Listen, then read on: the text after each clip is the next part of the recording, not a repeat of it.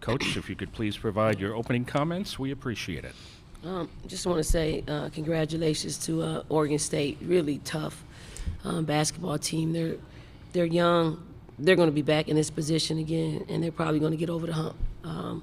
They're that good on both sides of the basketball. We are extremely fortunate and lucky to get out of this region and on to the Final Four. So super proud of our team for the resilience and the taking their competitive spirits to another level to secure us another berth into to the Final Four.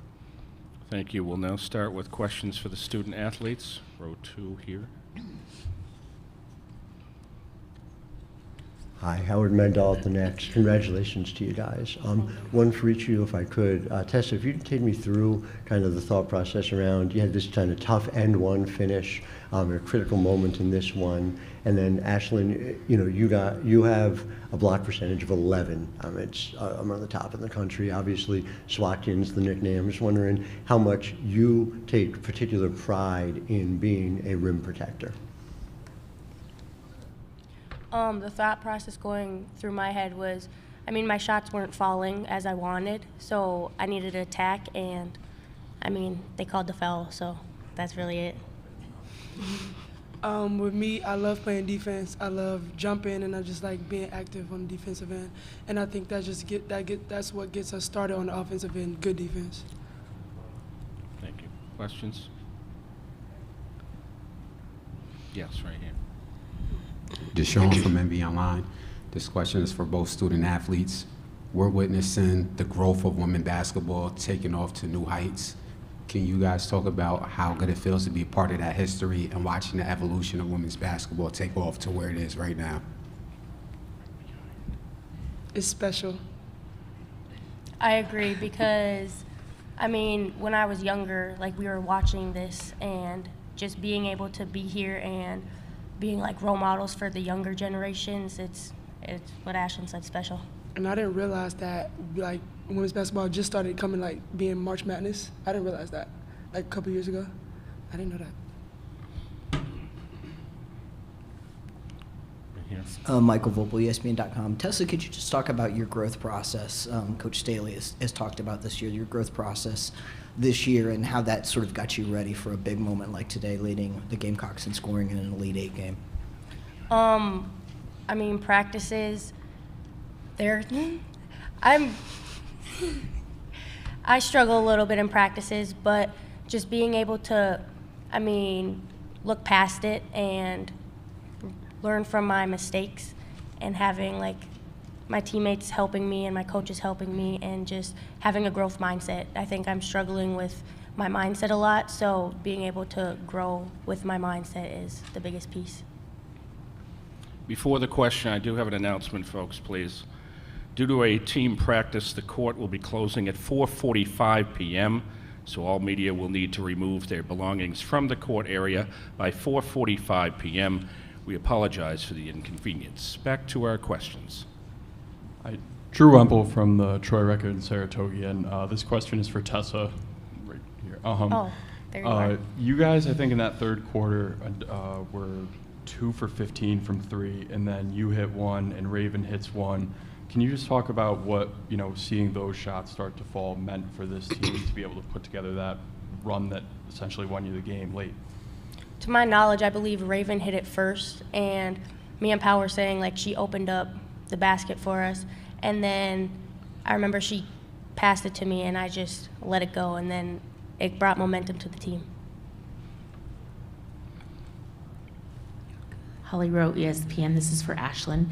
What did you tell Coach Staley after the Indiana game that you promised her something? What was it, and how did you live up to it today?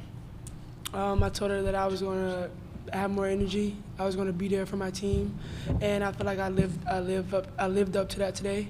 I was just everywhere. I wanted to be everywhere. I wanted to get every rebound, and I did. I almost did. Thank you. Coming back, be right here. Griffin Haas, News 10 ABC here in Albany. For Tessa, just as a freshman, just talk about how special it is, that feeling of cutting down the nets and being able to have that celebration with your teammates out there. It's very special because, like I said earlier, I was the little girl dreaming of being up there, and now I am. And especially with my teammates, like my team, I love my team. I can't ask for a better team and coaches. More questions for the students? One more here. Come on up. Deshaun for MV Online. Question for both student athletes. As we finish off Women's History Month for March, I'd like to ask, who are the inspirations in your life that made you into the woman you are today? For me, I would say, I don't even know if this makes sense, but God, like, I live through Christ. He lives through me, so that's how I am who I am. For me, I say my mother. She was always there for me, like in AAU. She took me to all my games, and she's my backbone. I owe it all to her. One more, folks? Yes, go ahead. Last one.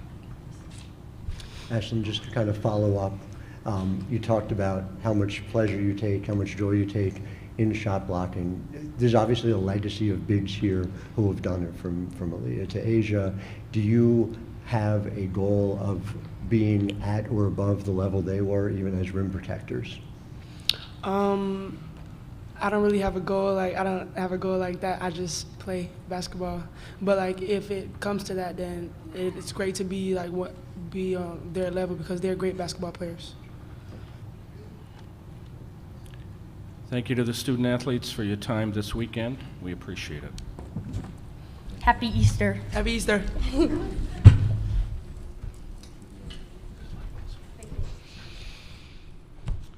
We'll now take questions for Coach Staley. Start here.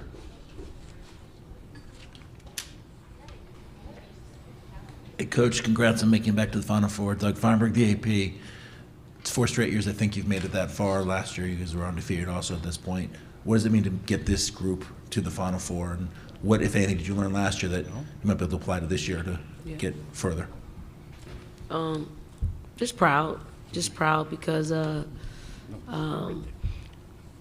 we beat the odds. I mean, the odds said that we weren't, we shouldn't make it back to the Final Four. Just proud of our team and for them believing in themselves. They created a certain level of chemistry and culture, and they stuck with it. And then they allowed us to coach them, and they trusted us to coach them, even when it didn't feel good to them personally at different times of the season. And then overall, I just think that I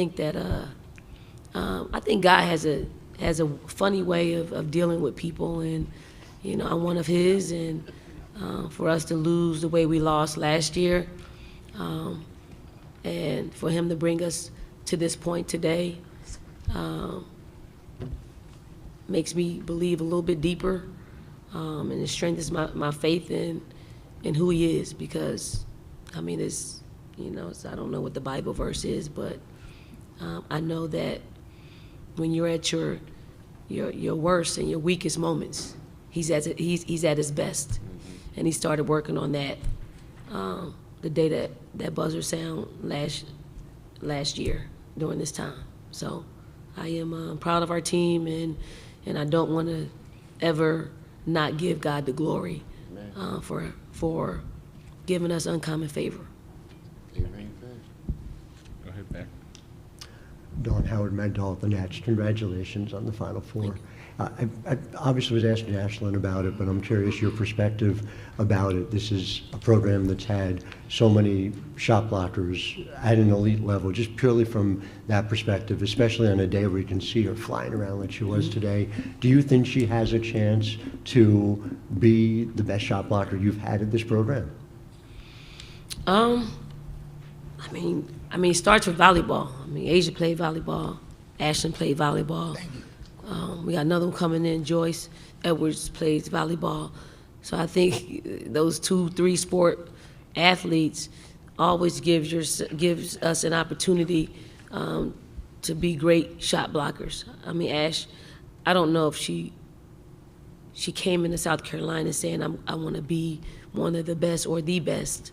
But when you put it out there in front of her and she understands what that means, she'll start goal setting. She's got a chance because she can guard on the perimeter, she can guard in the post. So there are more opportunities for her to block shots because of her athletic ability and her ability to play, positions 1 through 5. Dan Zakrzewski, Outkick.com. Coach, you've mentioned the Bible, your student athletes wished everyone a happy Easter. I'm just wondering if this win had any special meaning for you, given that it came on Easter Sunday. I mean, Easter Sunday's pretty cool, but we all know who's the reason for all seasons, and we just don't celebrate on the victories. We don't. Last year I thank God for even the loss, because I don't want to be one-sided, and to give him the glory when it's only befitting for wins. But last year rocked me. It rocked me because we had a team full of players who did all the right things, gave us no issues for 4 years. They were COVID babies. They missed the NCAA tournament their freshman year. They came back, went to the Final Four. Their sophomore years, we lost at a, missed putback. That was devastating to Aaliyah Boston.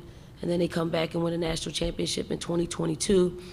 And then they carried the heavy load of trying to go back-to-back. And then it didn't end that way. But they gave every single thing. If you could have been around that particular group of young ladies, you want them to win. And we don't know why. And we often try to ask God why, why.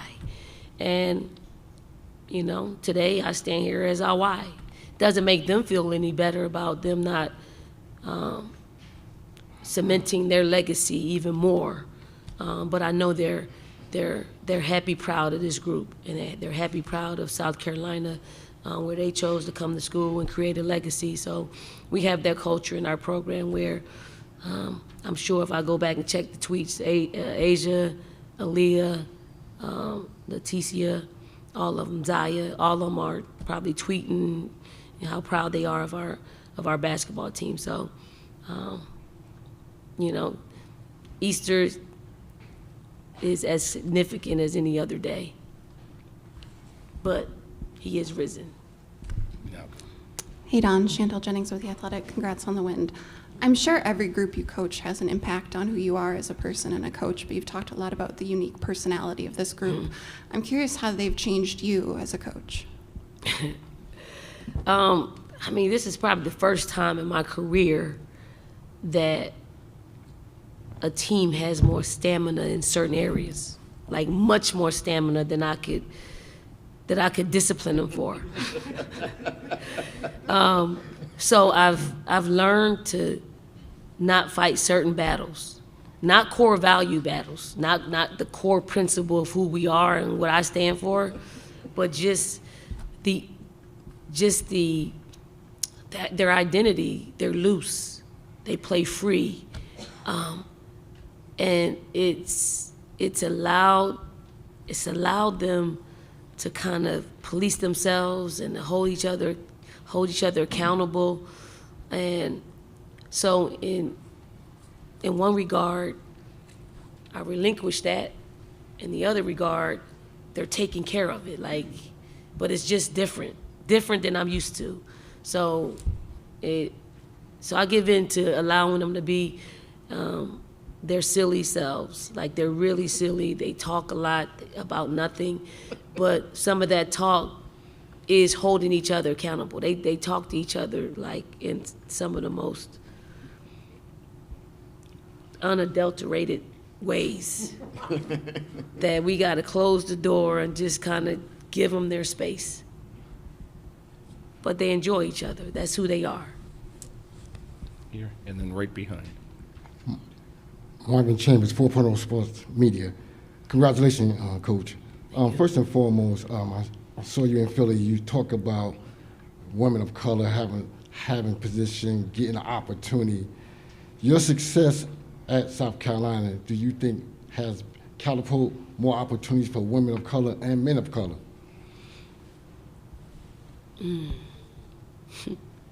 You know, every time I get a lot of requests to recommend people for jobs, and I'm over. I tell them that you may want me to call on your behalf, but the people that I've called for it, they don't get the job. I don't even think they get the interview. So I don't know if I'm the route. I mean, maybe I'm not the person that should be their mouthpiece when it comes to recommendations, but it's not going to prevent me from continuing to try to get them jobs. So I think our success at South Carolina will raise some eyebrows to give someone else of color an opportunity. So it's just, there's not a direct path through me. And maybe I'm bad at convincing people to give somebody an opportunity. Go ahead. Hi, Coach. Isabel Rodriguez with the Next. Congrats on the win. Obviously, you've been a great point guard, and you've coached against a lot of great point guards and coached them yourself. I'm just curious what you saw from Donovan Hunter today and what that matchup with her and Raven Johnson was like to coach and what that whole environment was like. I think Donovan's going to be great. She's already great. I mean, for her to be a freshman and to get her team in a position of one step away from going to the Final Four means that her future is bright. I mean, the entire program of Oregon State's future is bright. I mean, they took us all the way to the fourth quarter in a 1 or 2 possession game, and it was catapulted by Donovan and her ability to manage their team and get people in the right places and to play off ball and to make us pay when we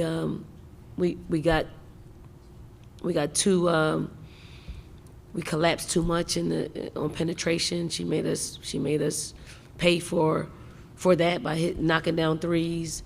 So I thought it was a good matchup between Raven and her. She put Raven. I mean, she got Raven in foul trouble, which it's really hard to do because we're used to Raven being on the floor, and when she's not on the floor, we're not as good of a basketball team just for what Raven brings to the table on both sides of the basketball.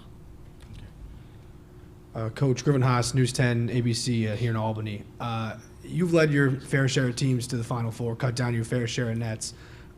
Does that feeling change year to year, team to team, or does it largely stay the same? No, each time each time we get an opportunity to cut down some nets to go to the Final Four, it's really special because you don't know when it's going to be the last time that you'll do it, and more times than not, there are players on the team that didn't experience it. We had 6 players on this team that didn't experience cutting down the net. I think we called them all out in the locker room just a while ago. Powell's one of them. Powell, I'm happy Powell gets the chance to get to the Final Four and display her talent on that level. Tessa, Ashlyn was Tessa, Malaysia, Sakima. Is that it? Adele, yeah. So it's like 4 or 5 of them. And I want their experience to be as special as the very first time that we've been able to cut down the nets to go to our first Final Four. Hey, Coach, Vince Gasparini with thebigspur.com. I was just wondering if you could speak on your relationship with Camila and her progression over the past few years. Obviously, she won Regional Most Outstanding Player, and now she's one of the best players in college basketball. So could you just speak on your relationship with her a little bit? Yeah, she got that today. I don't know where I was. Yeah, she got that today. Outstanding in the region. Okay. Who else was on the team? Anybody else? Raven. Oh, okay, good. Camila's maturation process has been just on an upward trajectory. I mean, she had to play behind, a National Player of the Year, National Defensive Player of the Year for 2 out of the past 3 years. And sometimes that can put you in a position of playing a backseat. And she did it quite nicely because she doesn't ruffle anybody's feathers. We got to actually make her be who we need her to be and who she needs to be for us and for the next level. I think at times she's fought that, and there's other times where she's embraced it. And that's just the journey, the process of being great and being dominant. If it was all just, smooth and easy, anybody could do it. So we're able to push our buttons in ways in which produces growth. And then it wasn't always just up. I mean, she would take 1 step forward, 2 steps back, and 2 steps forward, 1 step back. It's been a really good, I think it's a good process for young, especially young post players, because they take a little bit longer to get things going. But she's had great coaches. I mean, Fred Shamil, who ended up going to Bowling Green State University, and then Coach Boyer has been a rock in Camila's life, on and off the court, to the point where she trusts her. So when you can have, and it could be, if it's not me, it's going to be somebody on our staff that really gets in the, the crevices of who they are, and Coach Boyer has been able to do that for us, to allow that growth to continue to happen. Here, and then final one with Nancy. Billy Witz with the New York Times. You're back here in the Final Four. You're undefeated. You've done it with an entirely new starting lineup. And I'm struck by how so much of the attention is on the game here tomorrow night. And it feels maybe from the outside like you've done this very quietly and a little bit under the radar. If that's the way you kind of feel about this, I'm just curious why you think that is. I don't know, but I like it. I really do. Like, go ahead, take the spotlight, put it somewhere else. Let this team continue to thrive in the space that they're given, and hopefully at the end of the day, next week this time, I'm hoping that we give a lot of people a lot to talk about. But it's like that, I mean, I'm looking forward to tomorrow night's game. Now that we've won, I'm gonna sit back and I'm gonna enjoy it like everybody else. Like, probably millions and millions of people are gonna tune into that game. I'm gonna be one of them. I don't have a Nielsen ratings in my house, but you can count me in to watch the game tomorrow night. Last one. Dawn, Nancy Armour, USA Today Sports. Your team has had a knack for going on runs anytime an opponent has gotten close and kind of maybe gets hope. What allows you guys to do that? And if you're an opponent, how disheartening must that be to just see you guys just going downhill like that? Well, they had to do something to close the gap, and then you respond. I mean, for this particular year, we've responded, and it produced wins. It's not always like that, but with this particular team, I mean, as young and inexperienced we are in certain positions, and when I say that, it's everybody's. Camila started a few games for us last year. Raven started maybe 1 or 2 games for us last year, and everybody else is a starter. So they're just trying to figure it out, and they want to play for each other. They want to not disappoint each other. They hold each other accountable. Ashlyn sits up here very mild-mannered and soft-spoken, but she's not when it's time for us to lock up and defend. And when they went on their run in the second quarter, when they were getting those threes off and making them, she was saying things that I didn't have to say and utilize time in the timeout. It is that. It is it is them being able to lock in and execute what we need them to execute, and when it's not executed perfectly, they figure out a way on their own to make some plays. Because a lot of times, when you're making those runs, it isn't the coach saying this. It is players making plays. It's them giving an extra effort. I mean, you saw Ashlyn out there. You know, she was everywhere. She was everywhere today out there on the floor because she wanted to win, and her teammates followed her. Coach, congratulations. Thank you for your time this week, and best of luck next week. Thank you. I just want to say, I thought this region did an excellent job at hosting, you know, all the teams, the hotels, the gym was very accommodating to us. I mean, I can only speak on us. So I really appreciate it, and I hope that if you make a bid for it again, you got my vote. But again, people don't listen to me. We do.